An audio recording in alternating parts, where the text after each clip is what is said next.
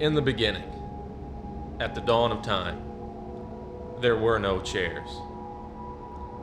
But soon, give or take a few million years, primitive man, even primitive man, wanted to sit down. Tree stumps, very large rocks, and that's really how this whole chair thing first got started. At least that's the way I've been told the story. But soon chairs were everywhere. An entire industry was born. Some were big, some were small, some were short, and some were tall. But chairs, glorious chairs, were everywhere. Some were wrong, some were really right, like this one designed by Frank Lloyd. But chairs were the place. They were where it was happening. You've got to stop and think. I mean, couches, love seats, that's okay. But chairs, that was really the place, the real place to sit.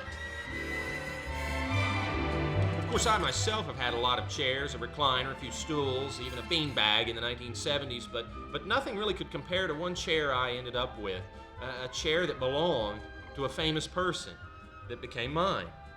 Bela Lugosi. Bela Lugosi's chair became mine. Bela Lugosi, the screen's master of evil, the screen's Dracula. His chair, after months of waiting, got to the United States and got into my hands. A few friends were along to help me unload it when it finally arrived.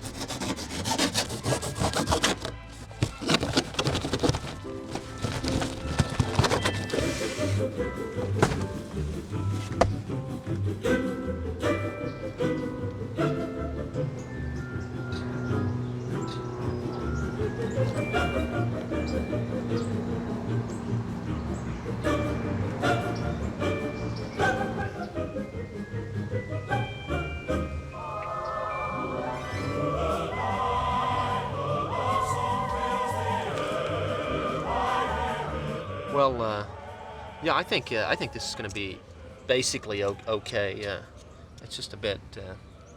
Needs a little work, huh? Yeah, it just needs a bit of work. I think it'll be looking good as new pretty soon. I can't wait to see the end result. Yeah. Are you going to sit in this chair once you get it all fixed up, or are you just going to have it like a museum piece or kind of an art That's why piece? he's been buying all those smoking jackets. So Man, I'm gonna sit in the smoke chair. Some cigars. I'm gonna sit in the chair. Some brandy and smoke some cigars. Yeah. I'm gonna sit in this chair. Needless to say, I wasn't expecting the chair to look like it did.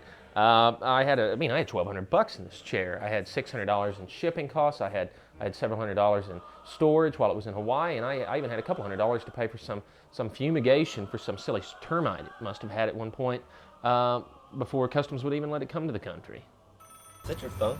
Yeah, I gotta go get the phone. I'll be right back.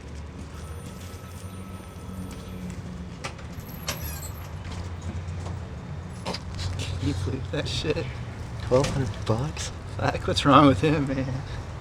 God damn. It's unbelievable. Blair Witch Project in the box. Man. All the shit he could have bought for $1,200. All the hookers he could have paid for. All those 900 bills he could have paid. I think this is very possibly restorable, man. I mean, Yeah, I'm it's feeling going to take a lot of work. I'm feeling more up about it. I'm feeling more up.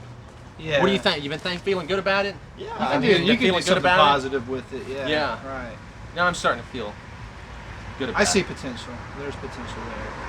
I mean, what are good friends for? We'll help you all the way, man. Despite what Devin had said, he had didn't really want anything to do with the chair. So he even, I think, got caller ID to screen his calls to get away from Gary. But I, on the other hand, was forced to see Gary all the time, so I didn't really mind helping him out. One might even ask how I got this silly chair. I'd gotten to know Bela Lugosi's last wife while she was still living. We'd written back and forth. I had even met her in Hawaii shortly before she passed away. And when she did pass away, a close friend of hers, a friend of mine, and also a friend of Bela Lugosi's from the 1950s helped me get the chair. And that's how I ended up with it. Otherwise, it probably would have been thrown out or scrapped or whatever else. Of course, the chair was in Hawaii. Most people have really great feelings about Hawaii. Wonderful vacation place, all that. I liked it when I first saw it. Now I hate Hawaii. And I hate it mainly because of all the problems we had, even After I knew that the chair was mine, it stayed in Hawaii for several months. All kinds of problems ensued. One of the biggest problems was, finding somebody who could take the chair, hold on to it until we could make arrangements to get it back to the States. I mean, first it went from one person's house. I think it went to another person's house. It was in storage. Nobody wanted anything to do with the chair. I mean, it was almost as if it was cursed. Well, among other problems, there was the fact that it had to get to the mainland. It had to get to Oklahoma, where I live, for crying out loud. So, this is a real operation. All these troubles, why not get the government involved? Why not maybe get the military to help out? That was what my thought was. Yeah, because of my affiliation with the military, we were going to try and get an Air Force C-130 that was making a regular run back and forth between Hawaii and the mainland. And we were trying to make arrangements to get it aboard the aircraft, but that just never panned out.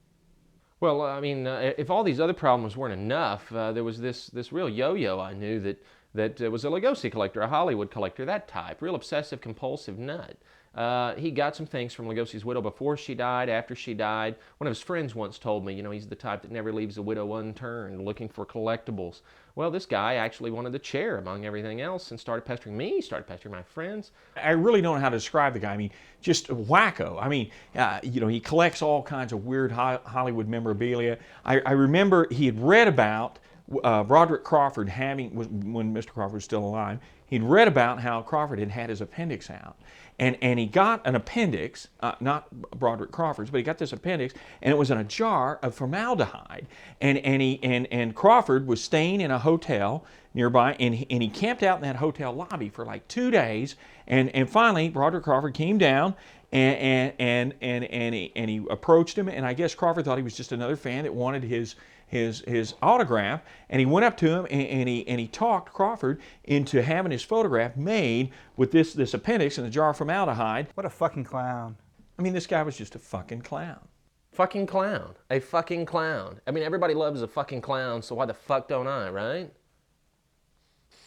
Well, after all these troubles and problems, I thought, well, this is a time to get energized. It's a time to get pumped, a lot of people have been waiting to see this chair. Bring him over. Show it to them. Get energized about it. Yeah! Authentic. Well, okay, you decide what you wish to do with it.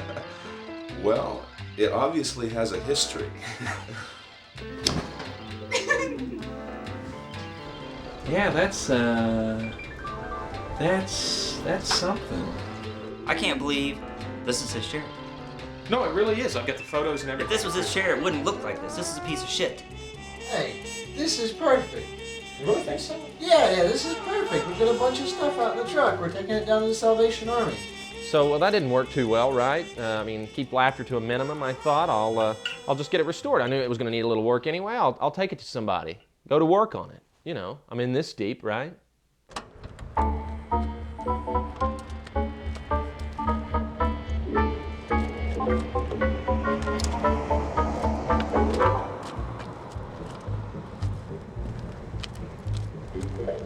Hello. I called earlier about the chair. This is it. It's the one I said needed a little bit of work. A friend of mine had really highly recommended you. Yeah. I didn't know. It's kind of doesn't have much support on the bottom. I thought maybe we could do something with it.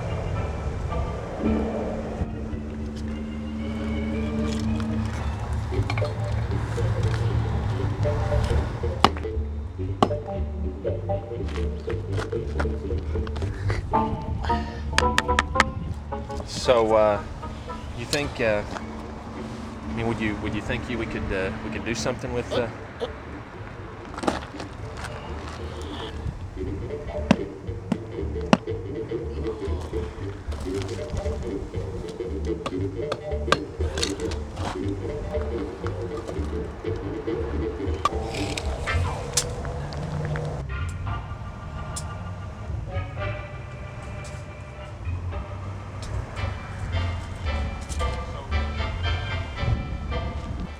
What do you think?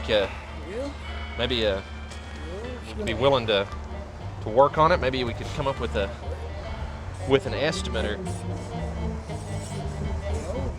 Maybe we could get to work on it kind of soon. I was kind of hoping to. Thank you.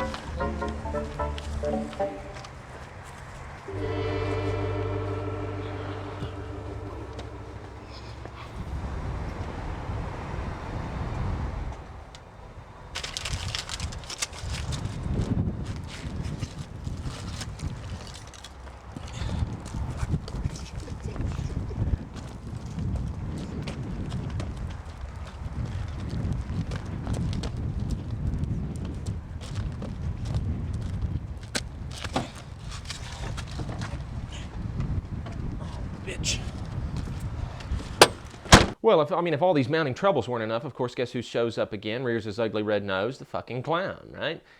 Pissed, I suppose, that he didn't get the chair. He started saying bad things about me, my friends. He said, among other things, well, the chair's fake. He told a few people. That got proved wrong rather quickly since there's photos of Lugosi in the chair. So he said, well, the cushion's fake, which is a rather bizarre claim, I thought. Yeah, Freud had an excellent term he used to describe people like this. Fucking wacko. So, I hated the clown, but, the chair wasn't my best pal either, really. It was, kind of odd having it around. It looked a little strange, keeping it in the front room. It also gave off kind of an odd, I don't know, it's kind of an odd feeling, an odd vibe.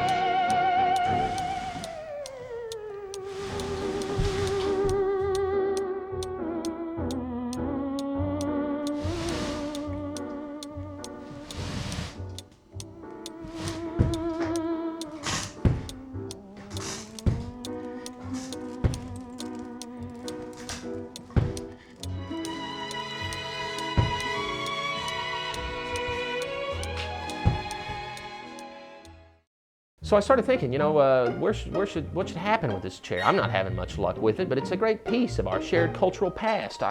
It should be in a museum, and that's exactly where I took it. I set up a meeting with a historical society. Donate the damn thing, let them deal with it, right? And to keep it preserved. So walk the damn thing all the way up there, and well, frankly, the meeting was brief.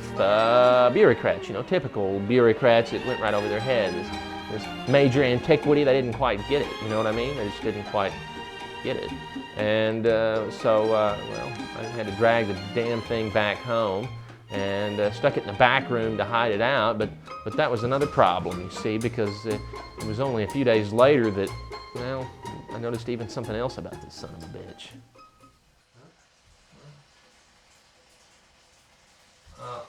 Oh,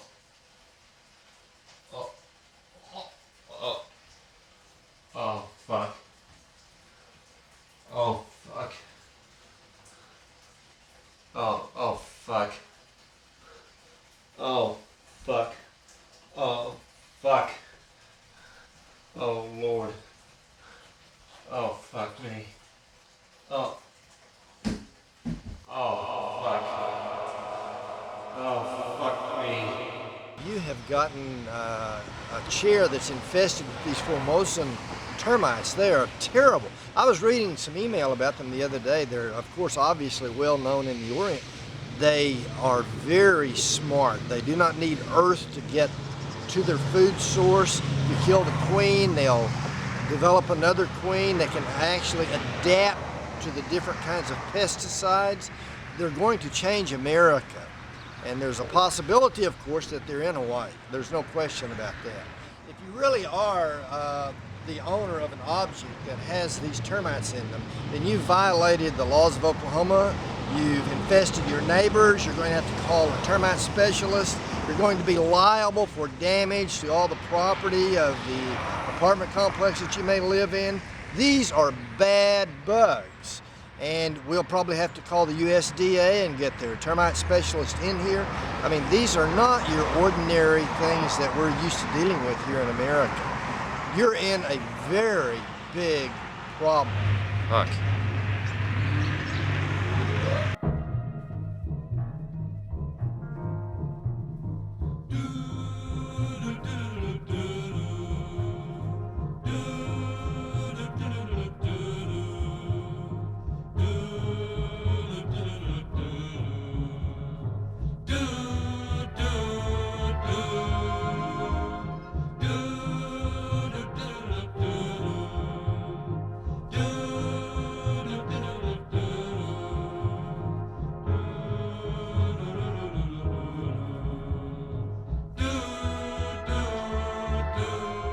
Well, I wasn't too confident about my own abilities as a pesticide person, so that was when I called, mildly worried, just a bit, about on the verge of breaking into a sweat. Frantic. He was just frantic. He called me frantically. And I said, let's get this baby to a storage building, somewhere in my fucking zip code, just for safety's sake, just till the heat blows over.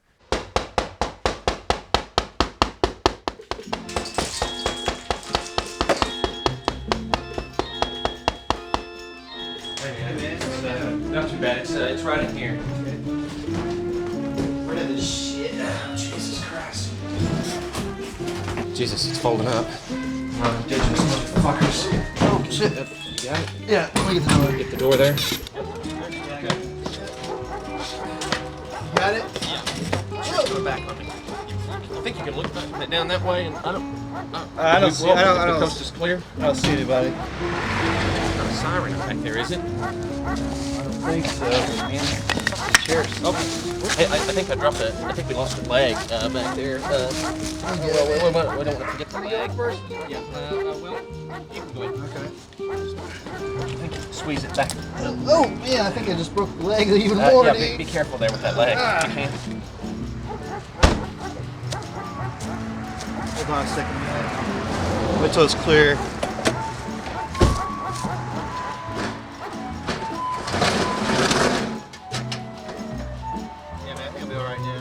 Get out of here.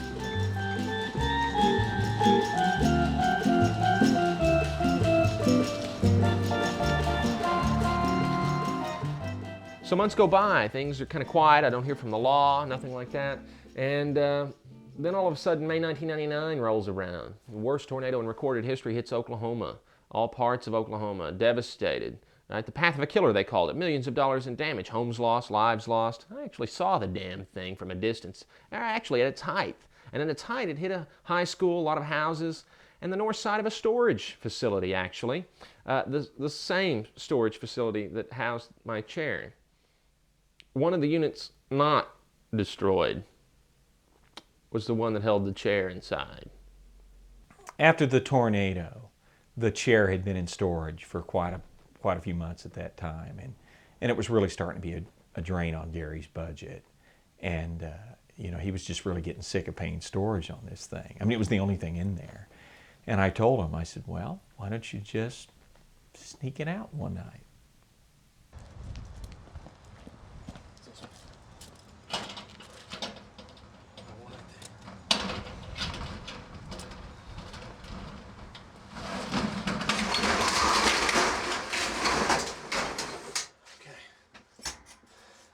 Ready? Yeah.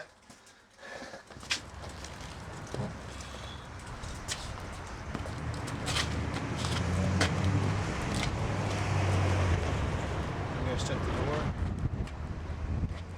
No, I'm never coming back.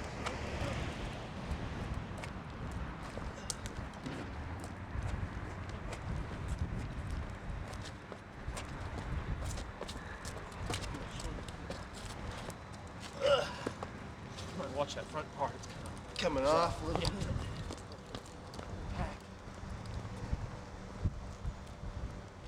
So happy holidays, right? Merry Christmas, Santa Claus, ring-a-ding-ding, all that stuff. Well, you know, I didn't get a whole lot of cards sent out because of messing with the chair. Typical, you know, moving here or there, more restorationist, more getting turned down. And, well, you know, I wasn't feeling quite up to par. Yeah, man. Have you finished your Christmas shopping yet? I haven't even fucking started with this goddamn fucking chair.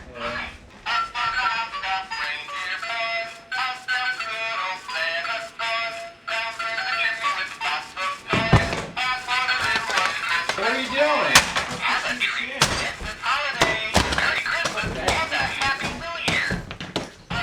Fuck this chair. Fuck you too. Fuck, man. What are you doing? Jesus Christ. Fuck that. Fuck. Dude. I thought we were doing a movie here, man. Not fucking going nuts. Have a tremendous holiday. You'll get paid for this?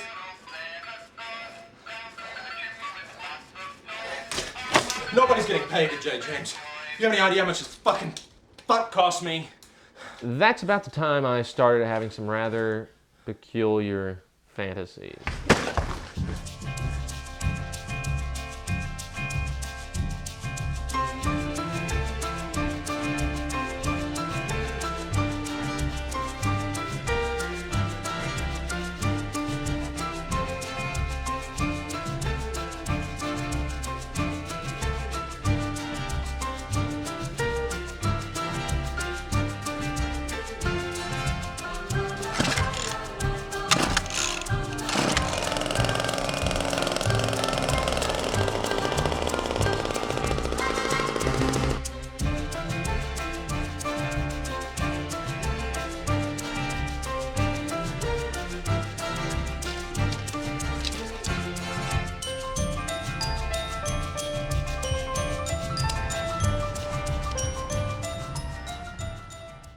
I showed up early one Sunday morning, and Gary had said that we're going to get rid of the chair once and for all.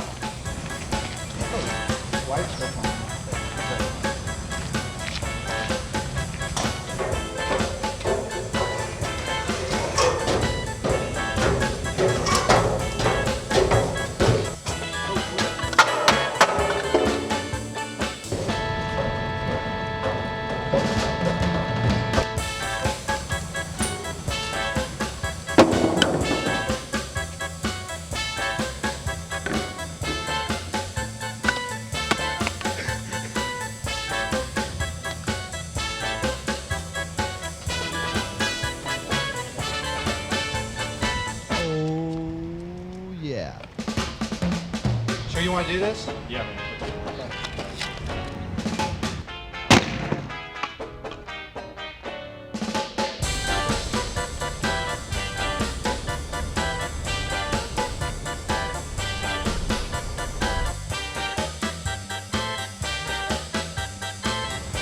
Well, I think that took care of it, man. Pretty much. Let's get the hell out of here. Well, of course, we were wrong. Spread eagle, the chair was not looking good after throwing it off that, but, you know, we were wrong. I mean, that didn't kill the damn chair, so, you know, what am I supposed to do, right? I think to myself, I call Aaron one more time, you know, I'm thinking this chair's a fucking zero, you know? I mean, it's a fucking zero. So this place recycles chairs? Well, they do metal and glass, stuff like that. They should be able to take care of this. Huh. Hey, did you read that year 2000 is the year of the chair? What are you talking about? Oh, this lady, she says that year 2000 is the year of the chair because our whole society is based on chairs. And apparently, like at the end of this year, New Year's Day, she wants to have a sit-in, I guess a worldwide sit-in for the chair. Let's go recycle this chair.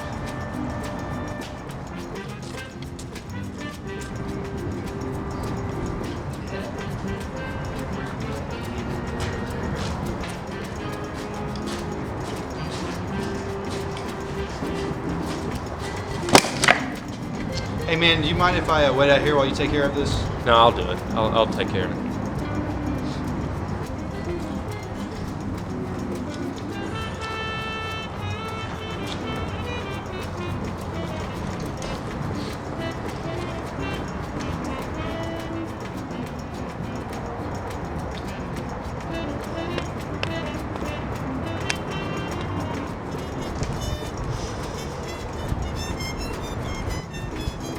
So did you get it taken care of?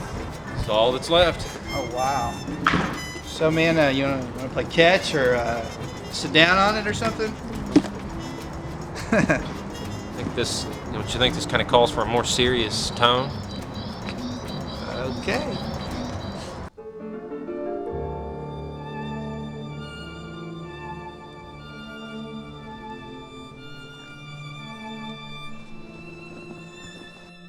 Why? Why? Tell me, why?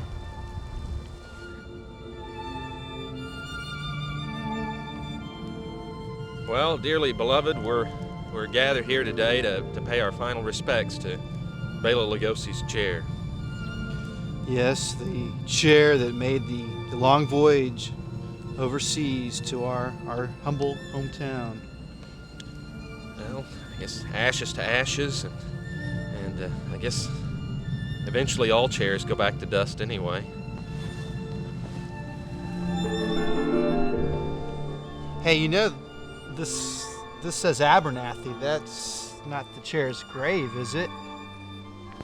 Not precisely, no. I think somebody else is actually buried in this spot, but you know, I kind of thought it would be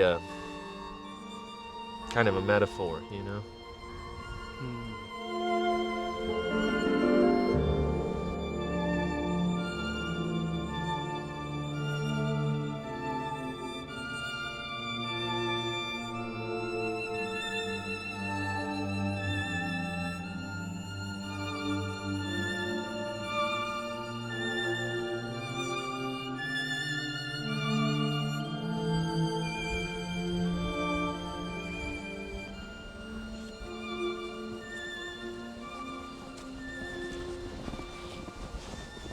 So, you know, I mean, what goes through my mind? I really wish, Bela, that I could have kept this chair for you, for me, for the both of us, for posterity. We could have made something out of this, kept it, but you know, things just sometimes don't work out the way you want them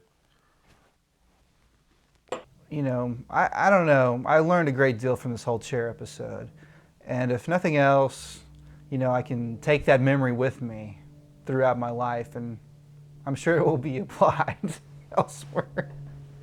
This past year had been a real emotional roller coaster for everybody that had somehow got involved with this chair.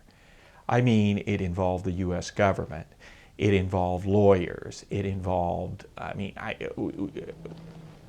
came close to getting blown away by a tornado. I mean, it was just the most bizarre episode in my life. And I told Gary, who was a very good friend of mine, I said, Gary, if you ever get another chair like this, don't you ever fucking call me again. So, what can you really say about a chair after it's gone?